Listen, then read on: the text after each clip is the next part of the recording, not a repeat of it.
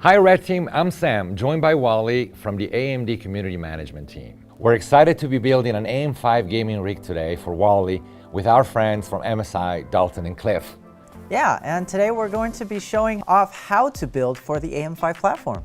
And I think, Wally, you and I will be tag teaming this build for you. Is that right? Yeah, and I'm super ready to get started. I have to confess, I haven't built a new rig in probably 10 or so plus years. Okay. So a little nervous, but I'm happy to have you here. And I think we're both lucky to have Cliff and Sam as our wonderful assistants in case they need to step in. But yeah, just super stoked. And one more thing before we get going, guys. If you haven't yet, join the Red Team community and our Discord server where you can share pictures of your rig, your specs, your gaming adventures, and make new friends. I think we're ready to get started. Let's do it. Let's go. Cool.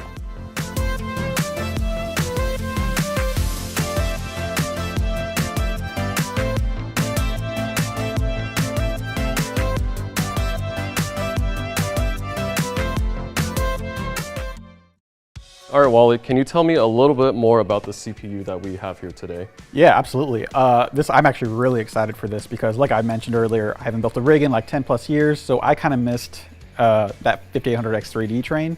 I know for the longest time that was the latest and greatest on AMD's side. And now what we have here is the Ryzen 7 7800X3D. So the next step in that line of X3D products, and I'm stoked for it. Just like its predecessor, I mean, it's got some great features here. We've got 8 cores, 16 threads, 4.2 gigahertz base clock, up to 5 gigahertz boosted. So that's really awesome. And so one of the biggest changes that AM5 processors introduced that AMD will use an LGA, land grid array socket instead of a PGA, which is a pin grid array for AM5. This is really cool because it's the first time that will be used in mainstream systems. And with these new 7000 series CPUs, they don't use pins anymore. The pins are now in the socket. So I'm really excited for that. And then also, it being an X3D CPU, the big hype is 3D B cache, right?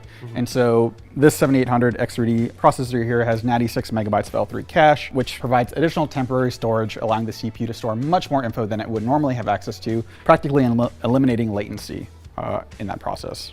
I'm going to go ahead and install the CPU right now. So I'm just going to go ahead, push down on this pin right here, lift up, and then I see a little arrow on the plastic CPU socket cover. So I believe we'll just need to match that arrow with the arrow on the CPU itself.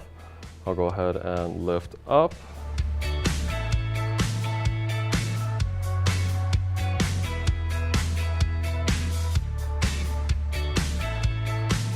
You want to be careful when installing the CPU on this type of socket, because if you, let's say, drop the CPU on the pins inside the socket, it's going to be a little bit more difficult to repair, and it's just not going to be a fun time. I can see why you're a little nervous there. I would be too. I'd rather you than me doing this, so I appreciate you here, Dalton. Okay, go ahead and push down. Might need a little bit of force as normal, and if you've installed it correctly, this cover should just pop out automatically. Applause. Surgical, Dalton, surgical. So the next step in building, I think we could just go ahead and install the memory if you want to give that a shot. Yeah, absolutely. So while Wally is unpacking the DDR5 memory, there is a little diagram on the motherboard itself on which channels should be populated. So if you're using 2 sticks of memory, it shows to use this channel right here and this channel right here. Okay, so in this iteration, we're looking at the second one and the fourth one? Yeah. So we'll just go ahead and unlock them for you. One thing that I do first is I kind of just line it up to see if that socket or that key kind of lines up, because it only goes in one way. You don't want to force it in the wrong way, because you're going to damage either the RAM or the slot itself. I totally see what you're saying here. Yeah.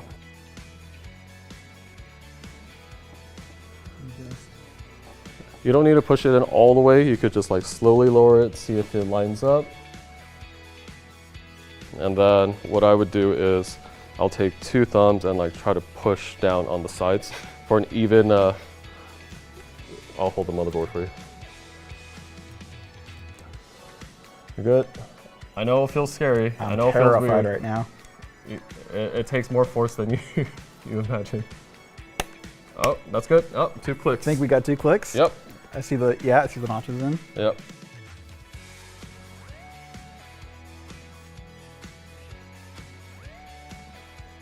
This was always the part I feared the most back in the day when I built my first rig, because I was terrified of snapping the RAM stick Yeah. memory sticks.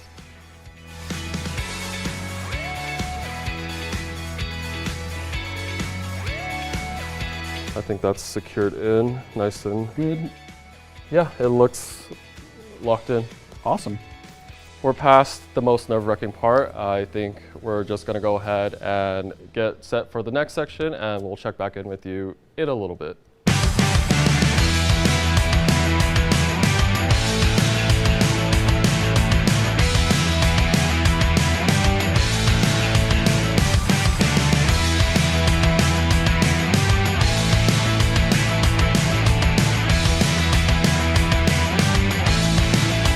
We're almost done with this PC build. We've gone through the trouble of putting the motherboard in, the liquid cooler, cable managing the PC, but we just need the final piece right now, and that will be the graphics card.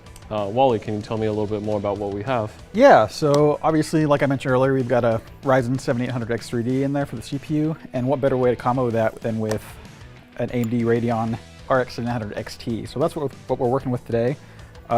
This is actually one of the first times I've actually been able to open a box, so this is beautiful. I love the presentation here. Really excited to use this. You know, it's got 20 gigabytes of VRAM in here.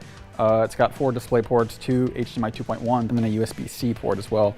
And like I said, it's just really sleek. I think our reference cards look really nice. Yeah, I think that's the first time I've ever seen a reference card in person, and it is absolutely stunning. Let's go ahead and get the GPU installed. So I've already gone ahead and removed the PCIe covers on the back of the case, so we should be able to just slide that GPU right on in.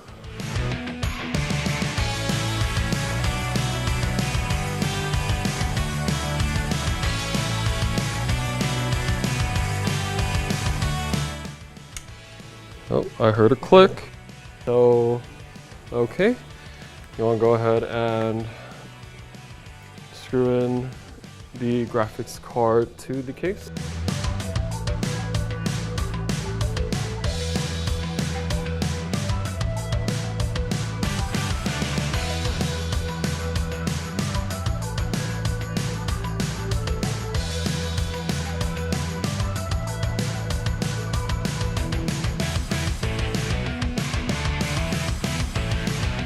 Awesome. GPU is nice and secured. And then last thing to do is just to plug in the PCIe cables.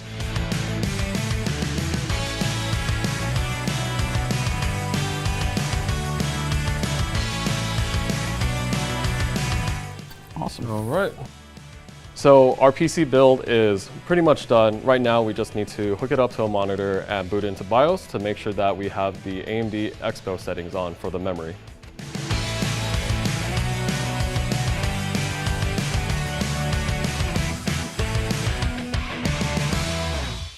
We're pretty much done here. We just need to boot into the BIOS, and we even have our mascot here as our good luck charm. So there's one more thing that we need to check, and it's to make sure that this memory kit is running at its rated speed of 6,000 megahertz, because by default it doesn't.